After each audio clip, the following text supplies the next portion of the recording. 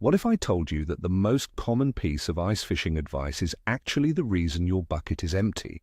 We're talking about the 30-minute rule, the idea that you drill a hole and wait for the fish to calm down.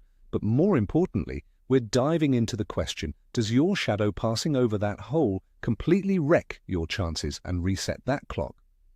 By the end of this video, you'll understand why what you do after you drill the hole is more important than the waiting itself. And you'll probably realize you've been spooking fish for years without even knowing it. So let me ask you straight up before we even start. Do you think a simple shadow can ruin a spot for a full half hour? Let me know down in the comments. We've all heard it from some old-timer on the ice, right? Drill your holes, then go grab a coffee for 30 minutes. Let them settle down. This advice comes from a good place, it really does. The noise of the auger, the intense vibration shooting through the ice. It's like setting off a bomb in the fish's living room. Of course, they're going to scatter. It's a completely unnatural and violent intrusion into their world. So, for generations, we've been taught to be patient, to give the fish time to forget the commotion and cautiously return to the area. It's become a sacred rule of ice fishing for many anglers. But what if our patience is totally pointless because we're making one critical, silent mistake the whole time? First, let's firmly establish the foundation of this whole theory. The initial noise and vibration from drilling are absolutely real and they absolutely spook fish. There's no debate about that. Imagine you're a perch or a walleye just cruising along, and suddenly your entire ceiling starts screaming and shaking violently. You're not going to stick around to see what happens next. You're going to bolt for the nearest cover or deeper water. This initial shock is why the waiting period was invented. It's a logical response to a very real problem. The fish need time to feel safe again. So the concept of letting a spot cool down is 100% valid. The question is about what happens during that cool down. Now let's introduce the main character of our story, the shadow. The theory goes that after you've waited your 30 minutes, if you walk up to the hole and your shadow passes over it, you've just undone all your patient work. The fish, which were just starting to creep back, see this dark shape move across their ceiling and they scatter all over again. The idea is that you've triggered a second wave of panic, effectively hitting the reset button on their fear. It sounds plausible on the surface, which is why this idea has stuck around for so long. It feels like it should be true, but we need to dig deeper than just a feeling. To really understand this, we need to think about what the world looks like from under the ice. It's not a crystal clear window to the sky. You have the thickness of the ice itself, which can be anywhere from a few inches to a few feet. Then you often have a layer of snow on top of that. Snow is a major factor. A few inches of fresh, fluffy snow can block out an enormous amount of light, creating a dim, diffused world below. A day with bare, black ice is going to be a completely different visual environment for a fish than a day with a foot of snow cover. This is critical. The intensity and sharpness of your shadow depends entirely on these conditions. Let's consider a day with thick snow cover. The light below is already very low. Your shadow passing over the top might not even register as a significant change in light down below. It would be like a cloud passing over on an already overcast day. The fish might not notice it at all. However, on a day with clear, black ice and bright sun, the situation is the exact opposite. The world below is bright, and your shadow will be a stark, black, sharply defined shape that moves across the ice. This creates a much more dramatic and sudden change in the fish's environment. The key takeaway here is that the shadow effect is not a constant. It's highly variable. So, we've established that the conditions on the ice matter. Now let's talk about the fish themselves. Fish vision is designed for their environment. They are masters at detecting two things above all else: movement and contrast. They might not be able to make out fine details of what you're wearing, but they can instantly detect a change in the pattern of light. A sudden shift from bright to dark is a massive red flag in the natural world. It's a signal that something has just entered their overhead space. Think about it from their perspective. For millions of years, a sudden shadow from above has meant one thing: predator. And that's the absolute heart of the matter. It's not just a shadow. To a fish, a large, dark object moving above it is the classic silhouette of a predator. Think of a fish-eating bird like an osprey, an eagle, or a loon. Their attack comes from above. The fish's brain is hardwired with an instinct that screams danger when a shadow appears. This isn't a learned behavior, it's a deep, primal survival instinct. When that shadow moves across the hole, the fish isn't thinking, "Oh, that's just a fisherman." It's thinking, "I'm about to be eaten."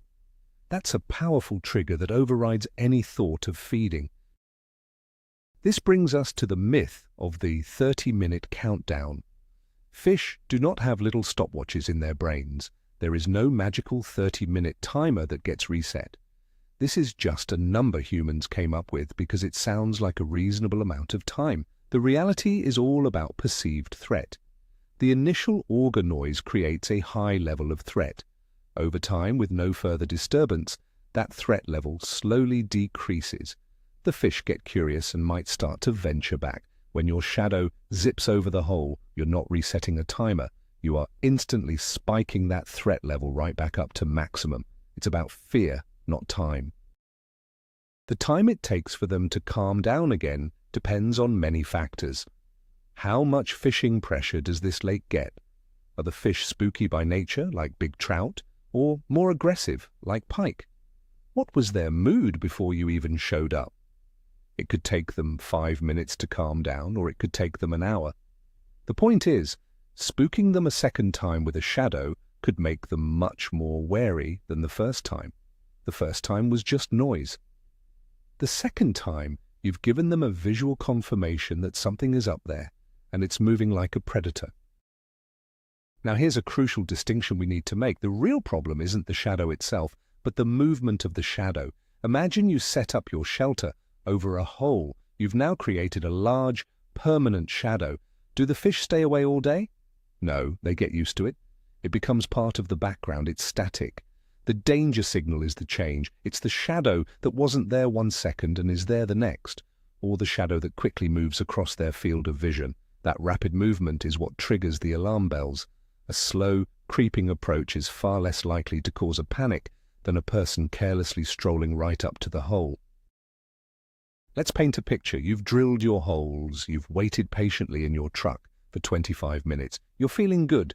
You grab your rod and sonar and walk directly towards your hole. The sun is behind you, casting a perfect, long shadow right in front of you. As you approach, that shadow sweeps across the ice and right over the hole. In that single moment, any fish that was cautiously returning to the area just saw the equivalent of a hawk swooping down. They're gone. You can now drop your lure in, but you're fishing in an empty room. You just scared away your own customers before you even opened the shop. So, does your shadow reset the clock? The answer is yes, but also no. It's a yes, in the sense that it absolutely can spook the fish and make them abandon the area, undoing your weight. But it's a no in the sense that there is no literal 30-minute clock.